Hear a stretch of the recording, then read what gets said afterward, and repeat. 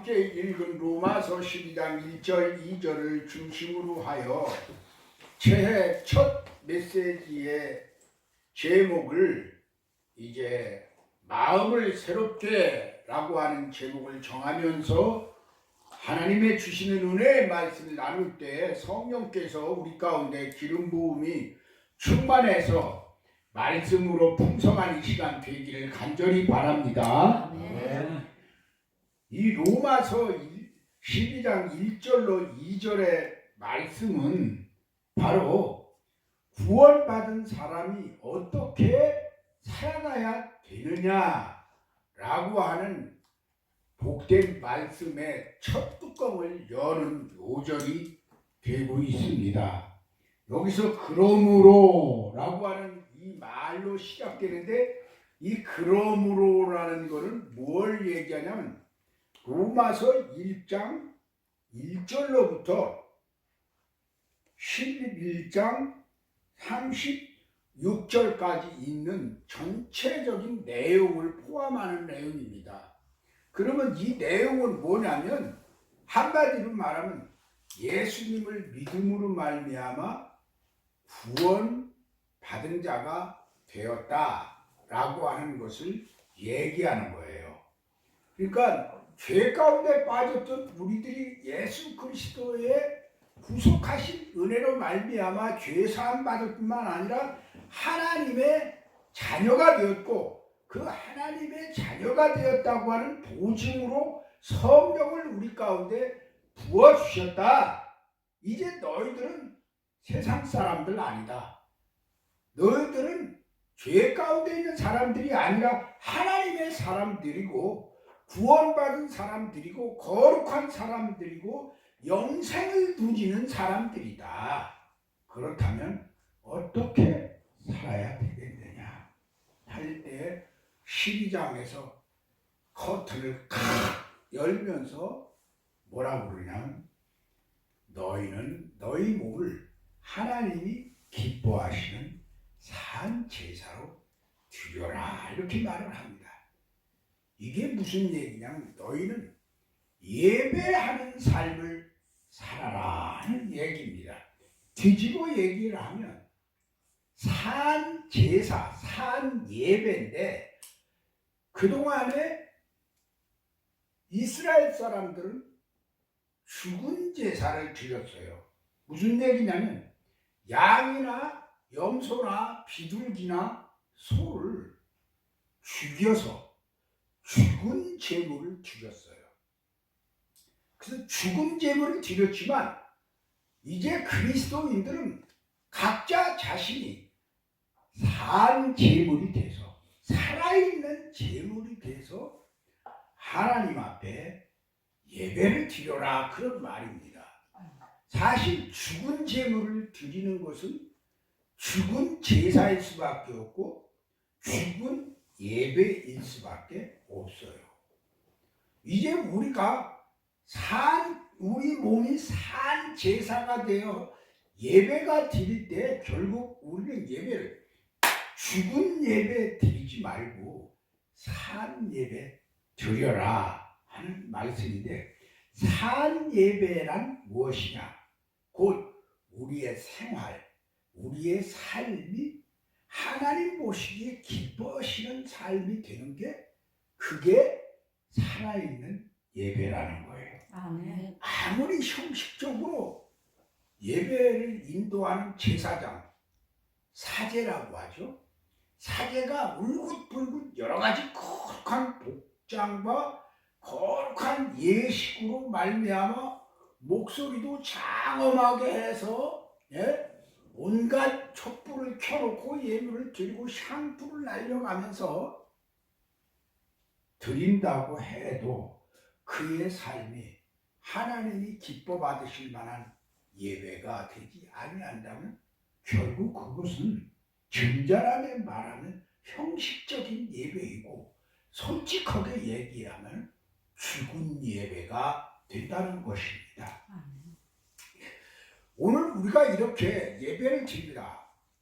이제 1년 12달 52주 내지 3주 동안의 주일 예배를 드리는데 이 예배가 살아있는 예배가 되게 하기 위해서는 우리의 삶이 하나님이 기뻐하는 삶으로서의 예배가 돼야 돼요. 아무리 여기 와서 뭐 성가대들이 명곡을 준비해가지고 사부 아름다운 찬양을 다 하고 헌금이 그냥 그야말로 바구니에 사이드로 가득가득 들였어도 그렇게 한 사람들이 바깥에 나가서 생활 속에서 다시 말하면 가정이나 직장이나 이웃지간의 삶 속에서 그야말로 소금과 빛처럼 하나님께 영광 돌리는 삶을 살지 않으면 우리가 드린 예배는 형식으로 끝나고요. 죽은 예배가 돼요. 또 그렇게 생활해놓고 와서 여기 와서 참된 예배 드리겠다고 하는 것도 1년 쇼에 지나지 않는단 말이에요. 예? 예배가 무슨 퍼포먼스 같은, 솔직히 우리들이 가만히 예배 순서를 이렇게 보면 하나님이 기뻐하시는 순서인가 우리들이 이 순서에 보기가 좋고 편리하고 그래서 이 순서로 따져나가는가 볼 때 사실 하나님께 영광 돌리려고 하는 순서라기보다는 인간 입맛에 맞는 순서들이 얼마나 많습니까?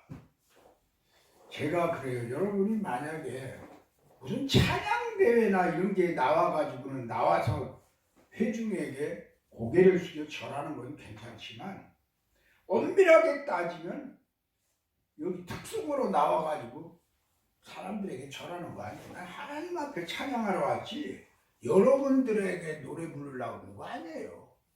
근데 찬양을 한다면서도 찬양 인도를 한다면서도 하나님께 돌리기보다는 앞에서 인도하는 애들도 폰 잡기에 바빠요. 예? 이게 폰 잡을 일입니까? 이게 뭐 콘서트가 아니잖아요. 근데 무슨 콘서트처럼 찬양을 하고 그런 좀 그릇된 모습들을 볼 때 마음이 많이 안타까워요. 여러분, 오늘 우리들이 예배가 우선 모여서 드린 예배가 산 예배인가 죽은 예배인가는 그 결과가 어디서 나타나냐면 예배 딱 끝나고 나가서 살아가는 동안 거기서 나타나는 거. 예배 실컷 드려놓고 집구석에 가서 싸운다? 예배 죽이는 거예요. 응? 죄 짓는다? 남 속이고 한다? 안 좋은 일 한다?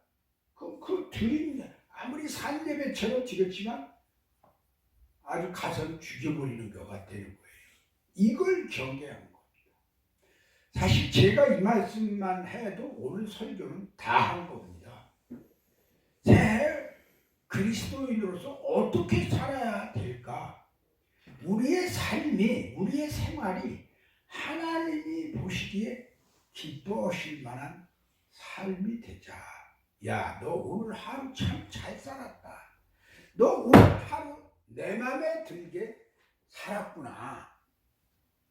이러면 그게 바로 우리 그리스도인으로서 올바른 삶을 살게 되는 겁니다. 예배당에 와서 예배는 잘 드리지만 세상에 나아가서는 삶을 통한 예배는 못 드려온 우리들이 되지 아니하고 예배당에서 잘 드린 예배가 증폭되어서 세상에 나가 살 때는 하나님이 보실 때 참 내가 보기 기쁘게 이쁘게 참 산다. 이게 진정한 예배라는 거예요. 믿습니까? 간절히 말씀드립니다.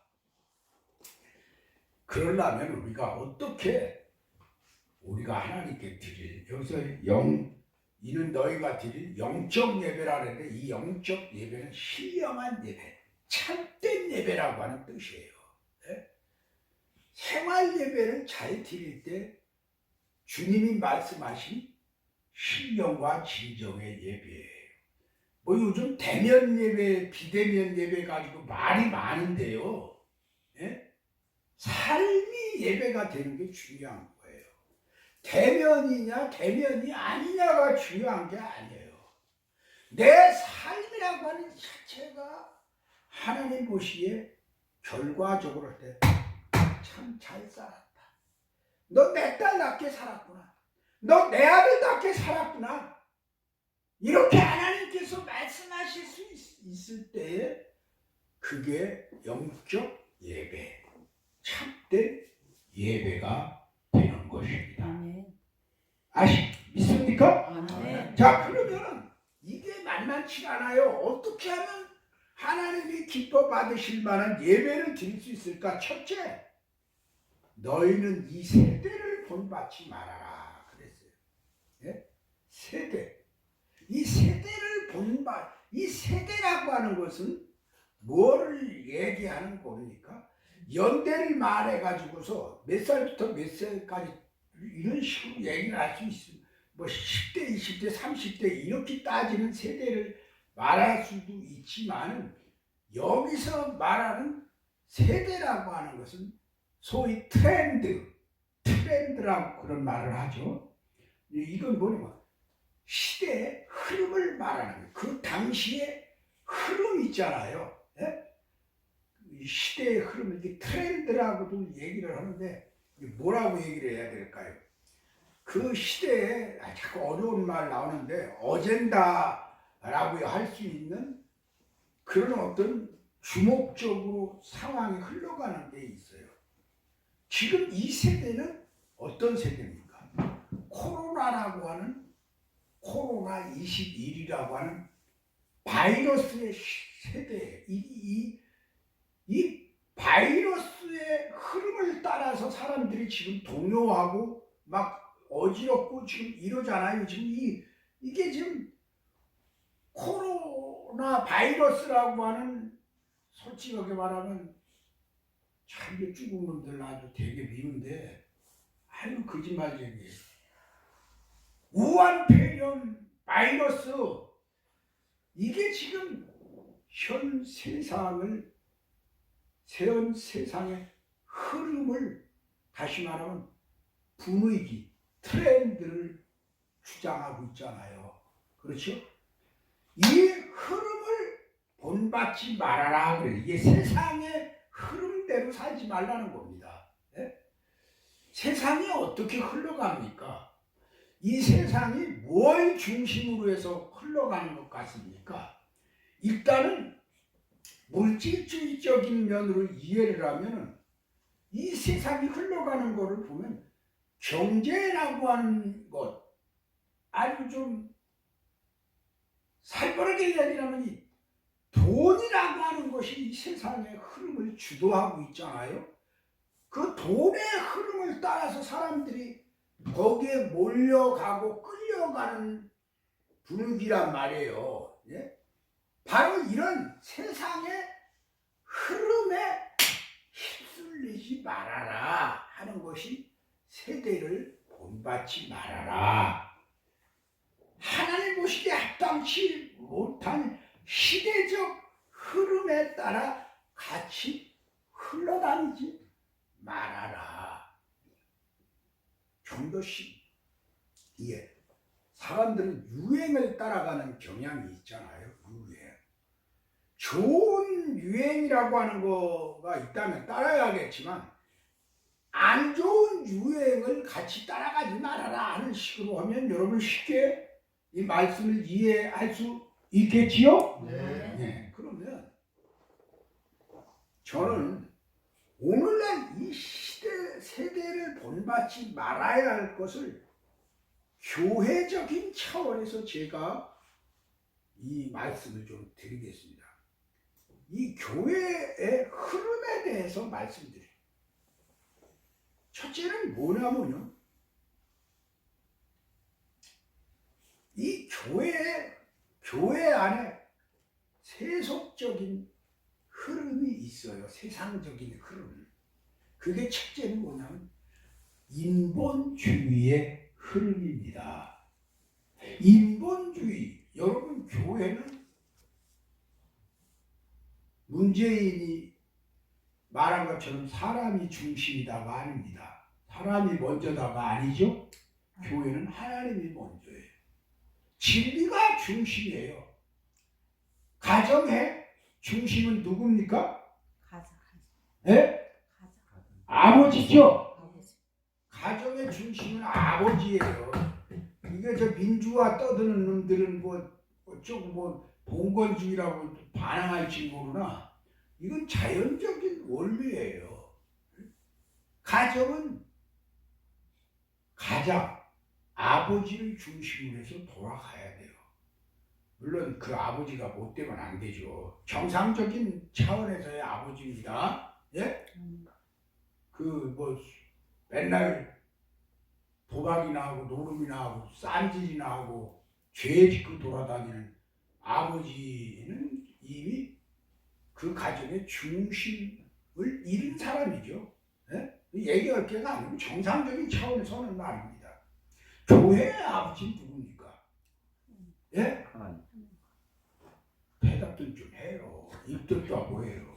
교회의 아버지는 누구예요? 하나님이잖아요. 하늘에 계신 우리 아버지요잖아요.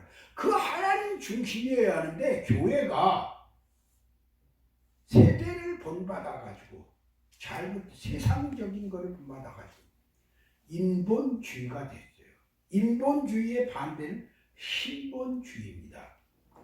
교회가 하나님 중심이 돼야 하고 예수 중심이 돼야 하는데 인간 중심이 됩니다. 당회장 중심이 됩니다. 그 교회를 세운 어떤 재력 있는 장로 중심이 됩니다. 제가 평택대학교 교회에 예배를 참석하러 갔습니다. 교회를 사임하고 이제 예배를 드리러 갈 마땅한 데가 없어가지고 평택대학교 교회, 대학교에 예배를 갔어요. 근데 목사님이 설교를 하시는데 회중을 바라보지 않냐고 여기 앉아있는 설립자, 그 총장 설립자거든요. 그분도 장로예요. 여기 말 한마디 하고 이렇게 쳐다보고 말 한마디 하고 이렇게 쳐다보고 내가 설교 온 거 이 양반한테 어떻게 걸리면 눈치만 잔뜩 보고 있는데 아주 너무 이게 아니면 예배가 은혜가 안 돼가지고요. 참 저런 놈이 무슨 하나님의 종이라고 설교를 하나. 그런데 왜 그러겠어요? 목사가 왜 설교를 맘 놓고 못하고 여기는 이사장만 쳐다보기에 바쁩니까? 한번 설교를 쳐다보고. 이 교회 중심이 주님 중심이면 주님 말씀 담대히 정해야지. 왜 자꾸 이사장 쳐다보고 설립 쳐다보고 자 총장 쳐다보고 혹시 응? 저 양반 비유 맞추면 난 잘리는데 이러고서 설교하는 설교자들을 난 사실 몇 번 봤습니다만 그때 진짜 너무 안 좋았어요. 그 교회는 그 대학 교회는 그 대학의 총장 교인이 중심이지 주님 중심 아닙니다. 교회가 내가 개척을 했다, 내가 설립을 했다고 해서 그 사람이 중심이 되서는 안 됩니다. 자기는 시켜서 종로수를 했을 뿐인데 하나님이 중심이 돼야죠. 신본주의가 돼야 한다는 거예요. 그런데 당회장이 중심이 되고 설립자가 중심이 돼서 지금 그런 교회 많잖아요. 대형 교회가 특히 그래요. 자꾸 나 누구를 누구 이름을 언급하면 확실하지만 그 언급한다는 자체가 좀 은혜롭지 않아서 언급은 안 합니다만 오늘의 교회들이 정말 어느 교회는 목사님이 현 정부에 대해서 이거는 안 되지 않냐라고 설교를 했다고 안수 집사들이 들고 일어나가지고 반대 운동을 해서 두 가지 현상이 납니다. 첫째는 목사 쫓아내는 운동을 합니다. 그래서 뭐 쫓겨난 목사가 있습니다. 둘째, 그게 안 되면 갈라져 찢어져 나갑니다. 교인들 수많은 사람들 데리고 나갑니다. 죄송합니다. 내가 이런 말 해서 이 전라도 집사들이 그따위 짓들을 한다는 거예요. 전라도 출신 집사들이. 이게 왜 전라도는 어쩌고 충청도는 이래야 됩니까? 그리스도 안에서. 무슨 지방색이 있는 거예요. 난 전라도 사람들이 빨리 좀 거듭나길 바라요. 왜 이렇게 이념의 노예가 돼가지고 일어나고 몰라요. 목사들도 그래요. 그러나 지금 호남 지역에서 안 그런 목사님 단체들도 있어요. 다 나쁜 건 아니에요. 그러면 뭡니까? 교회가 도대체 무슨 좌파 중심, 우파 중심 아닙니다. 하나님 중심이라는데 오늘의 교회가 너무 인간 중심이 돼가고 있다는 거예요. 인간이 소중하긴 해요. 하나님도 인간을 사랑하셔요.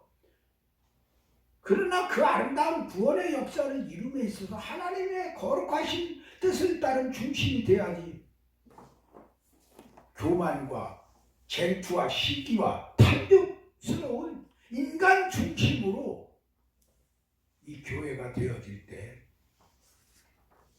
교회는 더러워질 수밖에 없어요. 오늘 우리 아가페 교회 비록 작은 규모의 교회지만 어떤 인간 중심이 아니고 인본주의 교회가 아니고 신본주의 교회로 나아갈 때 하나님이 우리 예배를 기쁘게 받으시지 않겠습니까? 아멘. 그 다음에요. 두 번째 교회의 세대의 흐름이 들어가는 거예요. 세속주의예요. 여러분 세속주의. 교회하고 세상하고는 같아요? 달라요? 네? 당연히 달라야죠. 네? 교회는 거룩하잖아요. 그런데 어떤 교인들이 그런 말을 합니다. 아유, 죄송합니다. 한번 따라서 해주실래요? 따라서 해요. 교회가 어휴하고 한숨부터 쉽시다. 어휴. 교회가 세상보다 더해. 여러분들의 입에서도 그런 말이 나온 적이 있지는 않았나요? 네? 이 말에 수긍이 갑니까? 수긍 가지 말아야 되는데 교회가 세상보다 더해. 이거 부정할 수 있습니까? 우리가? 부정할 수도 있죠. 안 그런 교회는. 그러나 도저히 부정 못할 세상을 닮은 세속화예요. 교회 안에도 무슨 계급이 있습니까? 집사 때 겸손하던 사람이 장로가 되면 뻥이 들어가. 권차가 되고 나면은 이상하게 패를 내밀어. 왜 그러는 거예요 도대체?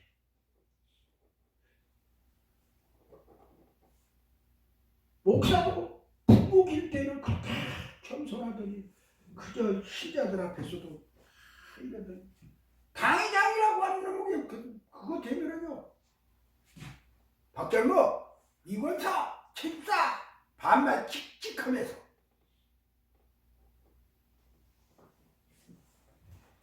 세상의 어떤 상하 계급적 여러분 교회에서 제일 꼬드바리 제일 쫄병이 누군 줄 압니까? 여기 우리 교회에서는 제가 사실 제일 쫄병인데 제일 낮은 자리가 제일 높은 곳에 이렇게 서 있네요. 사실 낮은데 이렇게 앉아 계신 여러분들이 어른입니다. 보세요. 이 종은 서서 그냥 다리가 아파도 서서 이러지만 주인님들께서는 앉아서 말씀 들으시잖아요. 맞죠? 네.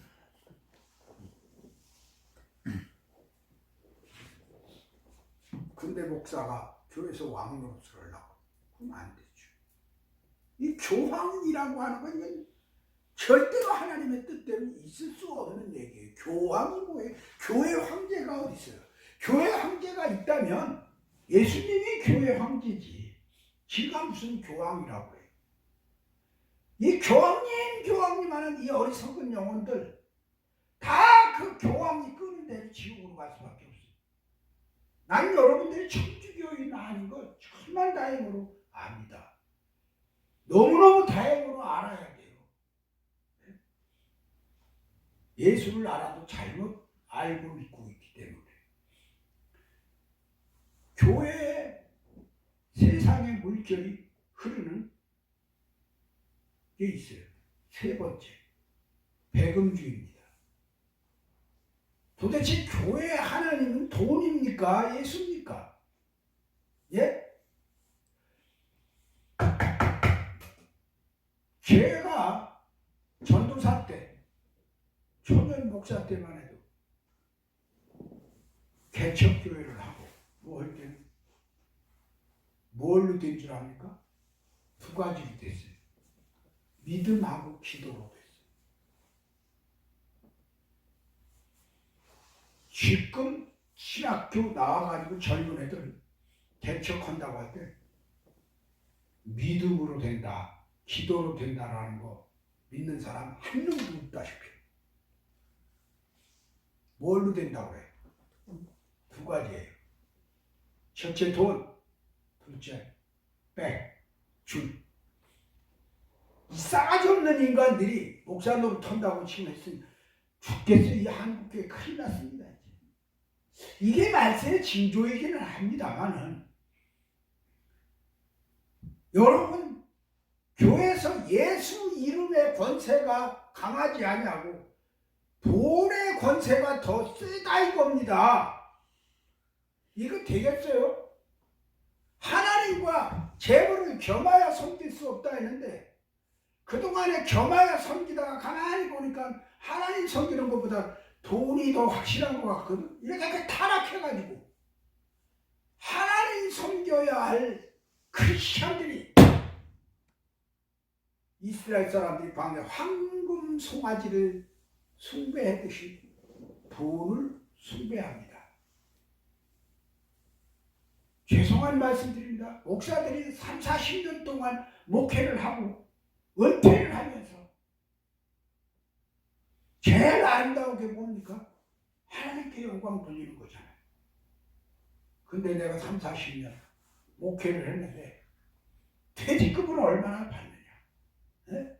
아파트는 몇 병짜리를 교회에서 받았는가? 네?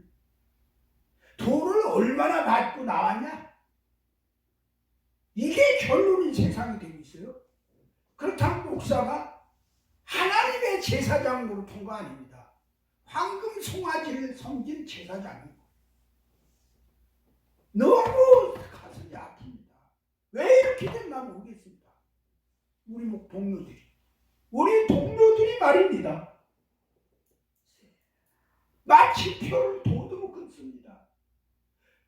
사역의 거룩한 사역의 마침표에 피 어린이들을 제 이름 날리는 거 지가 돈 얼마나 받느냐로 결론을 내리려고 그래요. 하나님이 내 위해서 얼마나 영광 받으시나, 날 통해서 얼마나 많은 영혼이 기름지고 살찌고 성숙했나, 이걸 자랑으로 생각하지 아니하고 내가 그동안 이렇게 했으니까 내가 마지막 노후 보수가 얼마나 나오나, 이게 결론을 내리니 이 세대 배금주의라고 하는 세속의 흐름이 교회를 엄청나게 하고 있어요. 하나 더 말씀드리면 혼합주의입니다. 이 혼합주의라고 하는 건 뭐냐면은 요즘에 뭐 WCC가 어쩌고 저쩌고 하면서 지금들 말이 많은데 이 모든 종교를 갖다 기독교만 구원 있는 거 아니다. 불교를 믿어도 구원을 받고 뭐 조금 다른 종교에도 구원이 있다. 아주 굉장히 너그러운 것 같죠? 예수의 유일성과 절대성을 갖다 희미하게 만드는 거예요. 혼합이라고 하는 것은 이것도 아니고 저것도 아닌 겁니다. 공산주의도 좋다 이거예요. 지금 목사들 중에 좌파 목사들이라고 하는 애들은 다 공산주의 이론도 성경에 나온 거니까 다 뭐 이러면서 합니다. 지금 현실을 보지 않습니까? 이것도 좋고 저것도 좋고 혼합주의입니다. 너무 꼭 그럴 필요 뭐 그거만 옳다고 뭘 고집부리냐 이런 식으로.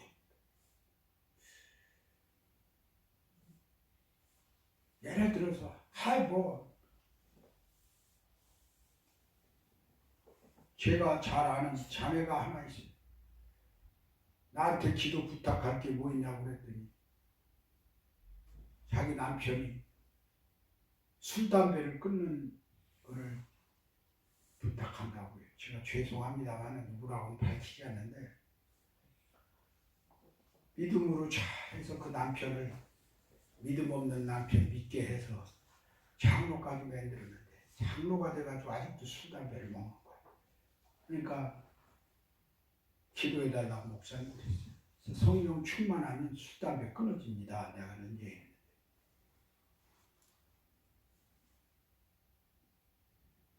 내가 갑자기 왜 이 말씀 드립니까? 괜찮아. 목사님도 술 먹는데 뭘. 목사님도 담배 펴. 아무 상관. 물론 그래요. 그게 구원의 문제가 있는 거 아니야. 술 먹는다고 해서 지옥 가는 거 아닙니다. 담배 피다고 지옥 가는 건 아닙니다. 근데 건덕상 그게 그렇게 유익한 게 아니니까 크리스천으로서 별로 유해한 거는 안 하는 게 덕스럽지 않나. 그러니까 마시지 않는 게 좋고 마셔도 괜찮지만 좋지만 마셔도 좋지만 따라서요. 마셔도 좋지만 안 마시면 더 좋고 안 마시면 더 이건 좋고 그리스도인에게 해당되는 거예요. 한 번 더 오세요. 피워도 좋지만 안 피면 더 좋고 안 피우면 더 좋고 맞습니까? 아멘. 아멘. 제가 어디 틀린 말 합니까? 근데 이런 차원인 거예요. 근데 혼합주의 생각이 들어서 먹으면 어때? 피면 어때? 장로들이 사업단 해외 놀러 가가지고 세미나 하는 건 두 번째 이제 자유 시간이 많아요. 그러면은 어디입니까? 난 가보질 않아가지고 시장모님한테 얘기 듣고 내 진용한 장로님한테 얘기 듣는데 그 순서가 끝나면은 이제 매춘 쪽으로 이제 간대요. 근데 이 양반은 앞장서서 거기를 달달거리면서 얼른 가고 싶어하는 사람인데 그게 장로래. 같은 장로면서도 그런 모습을 볼 때 기가 막히다는 거죠. 이게 혼합주의적인 교인의 상태. 이게 혼합된 건요. 여러분 술에 물 타고 물에 술 타면 뭐가 돼요? 술이 됩니다. 술도 아니고 물도 아니야. 똑바로 들어요 좀. 술이면 술, 물이면 물 딱 돼. 혼합주의가 이거예요. 이게 도대체 뭡니까 이게?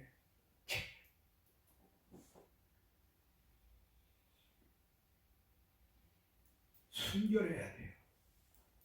그렇지 못하고 혼합을. 그러므로 우리가 이와 같이 세대를 본받지 아니하기 위해서는 마음을 새롭게 해야 돼요. 이 마음을 새롭게 해라고 하는 말을 오늘 주제로 정했지만 여러분 한번 새해를 맞이별을 읽어봅시다. 주보에